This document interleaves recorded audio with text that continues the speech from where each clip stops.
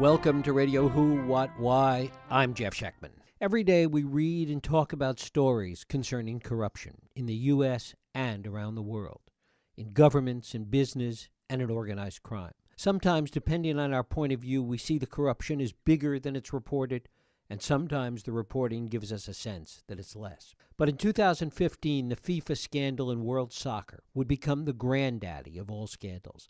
In fact, it may become the gold standard by which all future corruption will be judged. The scope, the money, the number of people, the length of time that it went on are staggering. And in many ways, it all comes together this month, right now, in Russia, as the world's biggest sporting event is played out against this remarkable backdrop of corruption. What's more compelling, and maybe an underlying issue of the whole crazy story, is that it was America, where soccer is still way down the popularity list, where the scandal was uncovered, investigated, and prosecuted.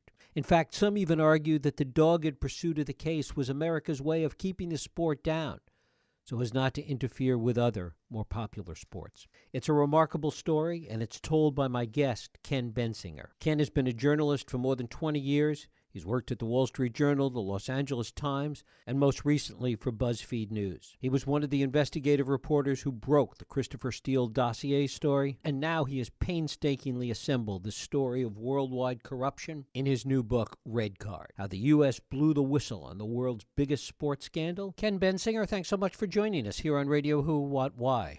Thanks so much for having me. I want to talk first how you came to this story, how you began to find the first links that you would then spend years unraveling.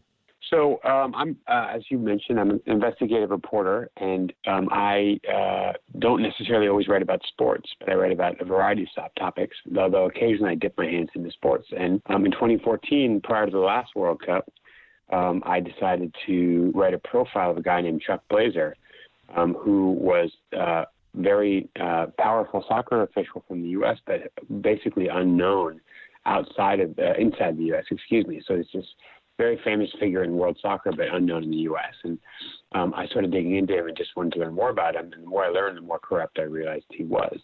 And that article, which was sort of a full look at his life, published just a couple days before the last World Cup. I moved on to other topics, but then a year later, May 27th, 2015, the secret U.S. criminal investigation blew up into public view because of these now notorious arrests in Zurich, where FIFA officials, the FIFA being, of course, the body that controls world soccer, these FIFA officials were dragged out of their hotel rooms early in the morning and arrested, and the whole world woke up to this giant scandal. And within a few days, it developed that Chuck Blazer, the guy I had profiled, was in fact one of the chief cooperators in the case, and they had been wearing a wire for the DOJ. And when that came out, I suddenly, kind of by accident, became the expert on him and on this whole criminal case. And Chuck Blazer was originally investigated by the IRS for money laundering and financial corruption, and really he flipped in order to avoid tougher charges. Talk about that. Yeah, that's right. I mean, Blazer's a heck of a character, and it's almost hard to believe such a person would exist. But this is a guy who grew up not playing the sport. He came out of Queens, went to the same high school as Simon and Garfunkel, and I think the Ramones also graduated from that high school, and was a salesman and did a lot of different odd jobs. And only discovered soccer when his children started playing youth soccer in Westchester County, New York, in the late 70s. And he was an opportunist. He saw opportunity there where perhaps no one else did, and jumped at it hard and very quickly climbed the ranks of world soccer. By 1990, he was the second most powerful guy in the Confederation, which is one of the sort of bodies underneath FIFA, a confederation that oversees North and Central America and Caribbean. So from Canada all the way to Panama, basically. And by 1997, he was on the FIFA Executive Committee, which is the most powerful governing committee in all of world soccer. And as he's doing this, he's doing a lot of good things for the sport. He creates the women's national team. He has a role in creating the Women's World Cup, and he creates plays a big role in getting the first revenue-positive TV contract for Major League Soccer. But he's also, as it turns out, skimming money from the sport the whole time and essentially stealing from soccer at every turn, putting everything on soccer's credit card, paying nothing for anything ever, and just enriching himself at soccer's expense. Finally, what his Achilles heel turns out to be is that he doesn't pay taxes, and this is what the IRS discovers. Right, the government had already started their case, but we're not making a lot of progress when an IRS agent here in California took the time to pull up his tax returns and discovered he had no tax returns, that this guy, Chuck Blazer, simply hadn't filed taxes in 17 years. Well, you can imagine that for an IRS agent, that's an open and shut case, pretty easy to get someone with no tax returns, and that's what they did. Him and an FBI agent confronted Chuck Blazer in the lobby of the building he lived in, which happened to be the Trump Tower, and told him that he had a choice. He could either cooperate with the secret investigation or he could basically go right to jail. And all of his skimming was just the tip of the iceberg in terms of the corruption that was endemic in FIFA and worldwide soccer. Talk about that. Yeah, I mean, what he did was typical and sort of characteristic of the kind of stealing that was happening from the game everywhere, but it was certainly not isolated.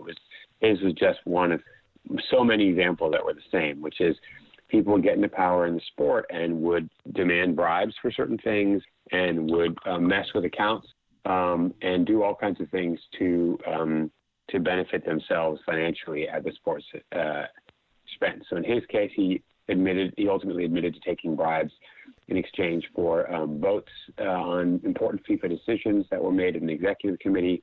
He admitted to taking bribes in exchange for signing over contracts for TV and sponsorship rights to regional tournaments that he oversaw.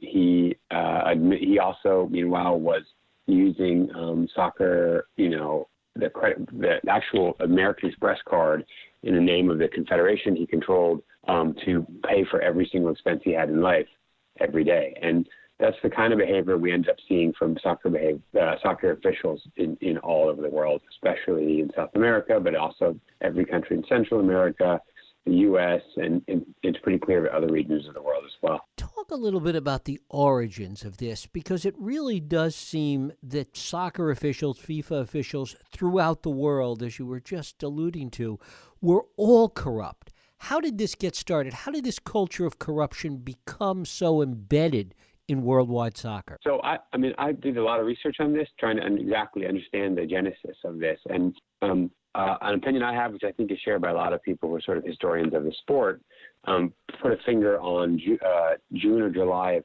1974 as the beginning of this. And that's the moment that João Avalanche, which is a Brazilian guy, is elected as the first non-European president of FIFA. And he's elected on a platform of democratizing the sport and bringing it to all these parts of the world that really didn't have it. Sub-Saharan Africa, Southeast Asia, all kinds of places where really it wasn't available. And that got him a lot of votes, but it turns out he didn't have the money. FIFA had no money at that time to actually fulfill the campaign promise. And at that time, FIFA's income was largely from ticket sales at the World Cup and other events, and that was it. There was very little TV money. There was very little sponsorship money. And he realized that wasn't enough. And he was approached right around that time by a fellow whose father was the founder of Adidas. And this is the son of the founder, who's kind of a marketing genius. And this man linked up with an advertising expert out of England and made a proposal to Avalanche, the new president of FIFA. They said, if you need money, we can get you money. We'll just start doing sponsorships. And they signed up Coca-Cola to be the first sponsor, sort of international exclusive sponsor of FIFA. And by 1975, that contract was signed. By the 1978 World Cup, Coca-Cola was the marquee sponsor. Other companies followed suit, and that style of global exclusive sponsorship was picked up soon by the Olympics and by every other major international sport. But it was a pioneering thing at the time. And that's when the big money starts flooding into FIFA, is when all these big brands get involved. And by the early 1980s, that's a few years later, technological improvements make it possible to instantly broadcast color television signals of tournaments all over the world. And at that point, the TV money starts getting huge for soccer. And within a few years, the money from television surpasses the money from sponsorship, and FIFA is sort of rolling in dough. But the people like this Adidas guy I mentioned and others who effectively work as middlemen in these deals quickly realize that it's in their benefit to bribe soccer officials in order to keep the prices of these contracts low, and then they can resell them for much bigger profits. And so these middlemen discover that if they put under the table bribes out to the soccer officials, they'll get, for example, the World Cup TV rights at below market value, and they can turn around and sell those on a country basis to different broadcasters in each country at a huge markup, and then they keep the difference. And that really is the origin of it. That scheme to bribe and to keep the prices low was launched in late 1978, according to interviews I did. And what's remarkable is how this caught on all over the world. I mean, there were no immediate whistleblowers. It seems like everybody was caught up in this corruption. Yeah, that's right. There was a criminal case in Switzerland, one of the very few criminal cases that ever happened prior to the U.S. investigation, where they went after this company that went bankrupt that had controlled FIFA's rights for many years. And in the case, it being Switzerland, there was very few punishments doled out, and ultimately no soccer officials were implicated or at least charged with anything. A couple of the executives of the company were forced to pay fines, and that was about it. But before the judges, when they were talking about their sentencing and stuff, the officials of this company openly admitted to it. They called them commissions instead of bribes, and they said that they had to do that because if they didn't do it, someone else would. And that was just the way business was done in soccer and in world sports, was to pay commissions, and everyone did it. And it was very matter of fact. They weren't secretive about it at all. It was it was beyond an open secret. It was just that's the way it is. Of course, later we found that the DOJ stridently disagreed with that. And why were there no other investigations anywhere else? Really, this U.S. investigation was really the first major effort to begin to root some of this out. Right. Well, I think that has a lot to do with the fact that that most countries have an incredibly elevated place for soccer compared to the U.S. It's hard for American audiences to really appreciate that. But the closest thing I can sort of compare it to would be as if we took the National Football League, Major League Baseball, National Basketball Association, and National Hockey League and squashed them all into one entity and made that the only sporting entity in the country. It starts to give you a sense of how important soccer is in these other countries. It's not just the number one sport, it's sort of the number 1 through 5 sport in those countries. And as a result, it actually has tremendous political influence as well as cultural sort of presence. And in many countries, there's a clear resistance to mess around with soccer. There is political pushback from elected officials, and there can be public outrage if anything is done. And so as a result, law enforcement in those countries tends to be very gun shy about it. In Brazil, for example, which has terrible corruption problems in soccer, there are numerous cases where there's referrals made to prosecutors to investigate clear corruption, and they refuse to investigate. And in England, there have been instances where press reports have shown clear corruption, and the government has not only refused to open criminal cases, but have actually tried to prevent the articles from being published for fear that it would tarnish England's reputation with FIFA and prevent them from getting favors from FIFA. So in a funny way, the U.S., because soccer is the 4th or 5th biggest sport in this country, the irony of the U.S. going after it starts to make sense, because you realize it's maybe the only country in the world that would have that kind of political cover, where the politicians wouldn't mess around with it, the public wouldn't really care, and they could operate the investigation for what turned out to be years without outside interference. And around the world, there were also many government officials, many politicians in many countries that were also on the take. Yeah, that's right. Some of them were politicians who had become who come from a soccer background and had sort of brought their corrupt ways with them. And there was also former politicians who later went to soccer as a second career.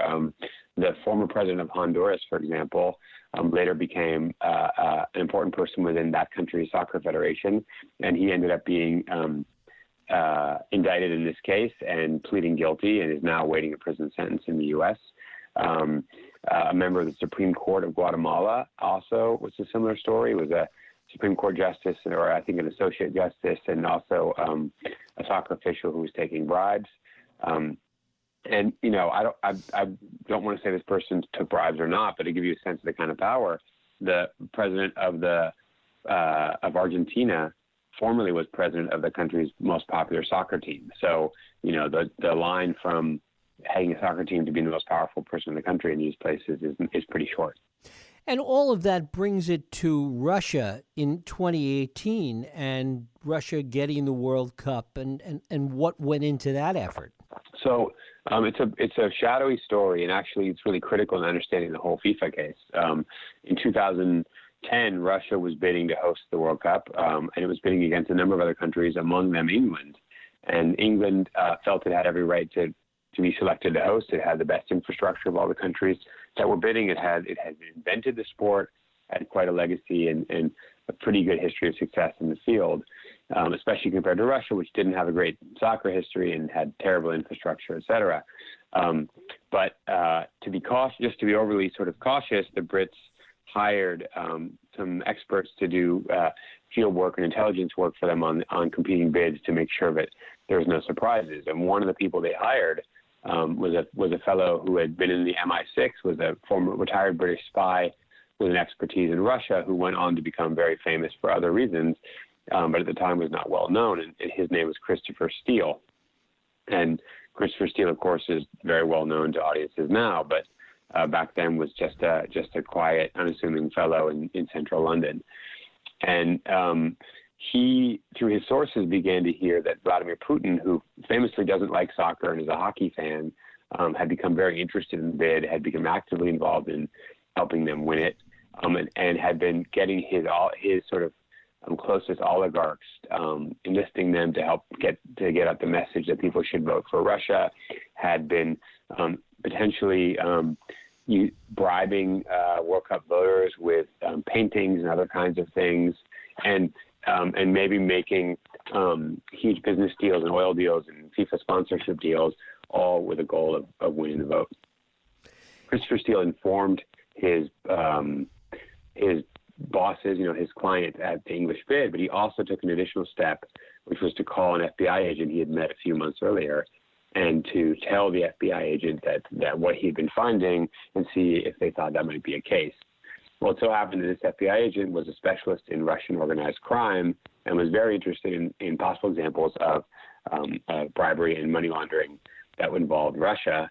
And so he was interested in the case from a Russia perspective and didn't know much about FIFA, but that might be something. Brought it back to New York, found a prosecutor who was interested, assigned a case agent, and away they went with what was supposed to be an investigation of Russian corruption in FIFA, and ultimately got much bigger and went in different directions.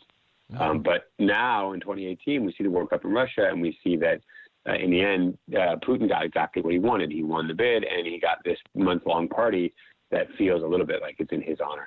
It's also remarkable the degree to which this is about Russia, that Christopher Steele and the FBI are involved in this story. And then even going back to Chuck Blazer, who you mentioned at the beginning of this, Chuck Blazer, who lived in Trump Tower and was a friend of Donald Trump's. That's right. Blazer lived in the Trump Tower. One of the other people convicted in the case also owned an apartment in Trump Tower and was living in that while he was waiting for trial. Was a Brazilian guy. And in fact, that FBI agent I mentioned a moment ago, at the time he first met Christopher Steele, he was working on a Russian organized crime related illegal gambling case with a poker room and an illegal sports book, much of which was taking place in the Trump Tower where they had wiretaps operating. And he had met Christopher Steele to find out information for that case. So there's a dizzying number of connections directly to Trump. And as you mentioned, Chuck Blazer not only lived in the Trump Tower, but was personal friends with Trump. And Trump once let him use the atrium of the Trump Tower for his high school reunion.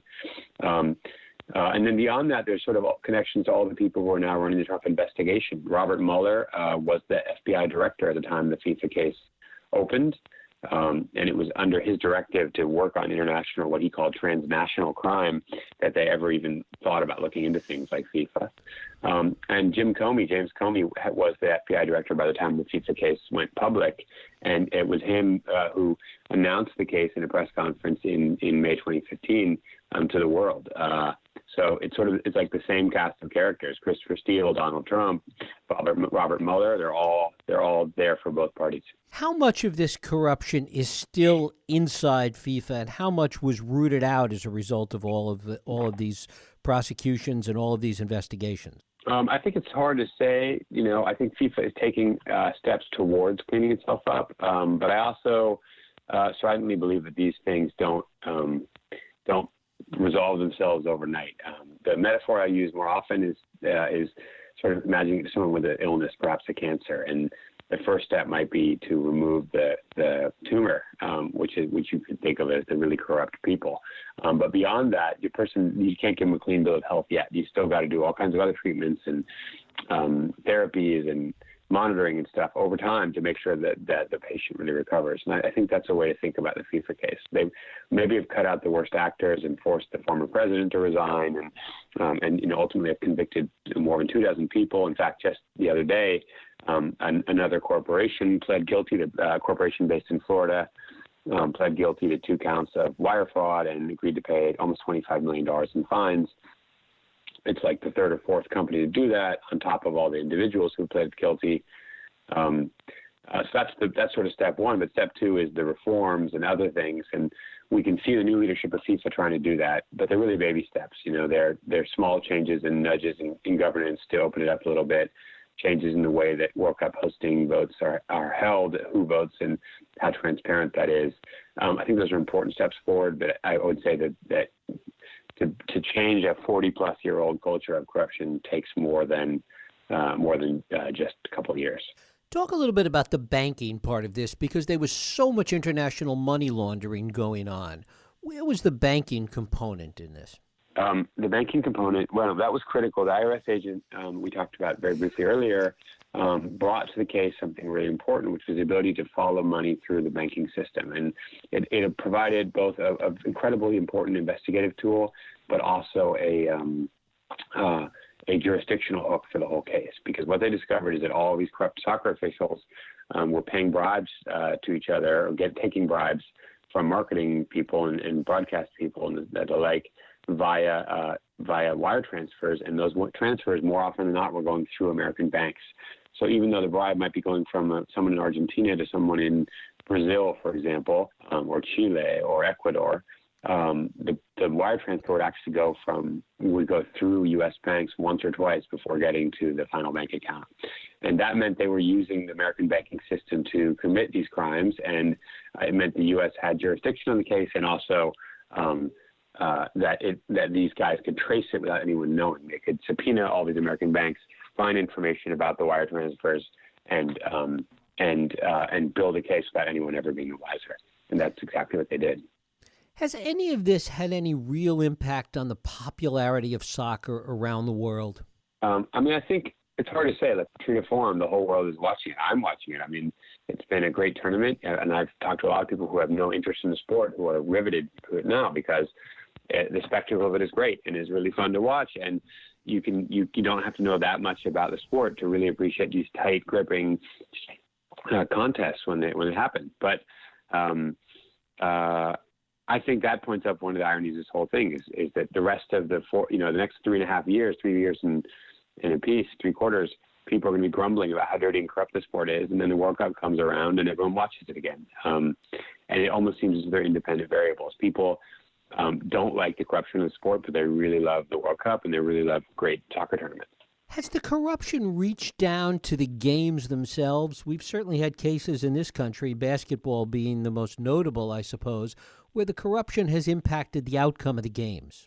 So I think you're referring to match fixing, that sort of thing. Right. And that's from the perspective of the prosecution in this case, that was considered a different kind of crime. The prosecutors determined that the people who were fixing matches, which is a real serious problem in this sport, were not the same people who were taking bribes for the rights contracts or taking bribes for the FIFA votes. And the thinking on that was that if you make this income from taking bribes, you don't want to tarnish the image of the sport, because these are sponsorship and TV deals. You want the sport to be as attractive as possible, so that broadcasters are really hot to buy the contract. And the big fear they had was that that match fixing would tarnish the public image. The one way to turn people off the sport is for the people to think the matches were fixed. And so, in general, when you see fixed matches, it's at lower level events rather than the World Cup. It's sort of like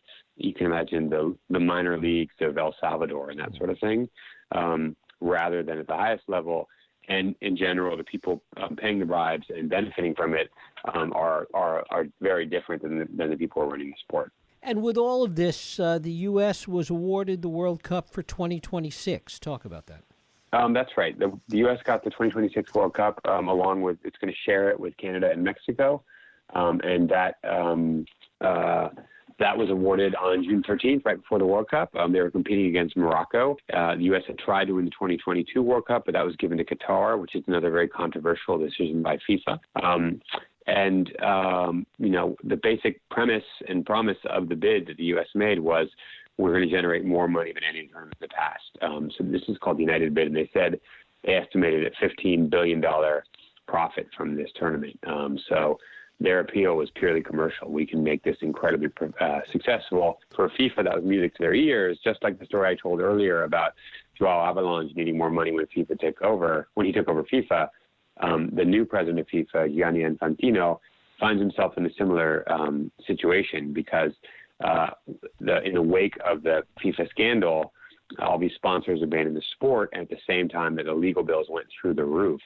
And for the first time in decades, FIFA was running at a deficit and was in dire need of money. And a very lucrative tournament is exactly the kind of tonic that the sport thinks it needs to keep going. Finally, do you think the sport will ever be totally cleaned up? I don't think any sport is totally clean ever, right? Our American sports, we don't really think of the National Football League as having this kind of bribery and corruption going on, but certainly it has other problems, right?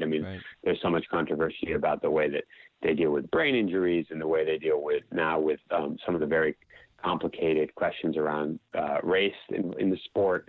And then there's also the issue of the way stadiums are built and whether they use political influence to get what they want at the cost of the taxpayer.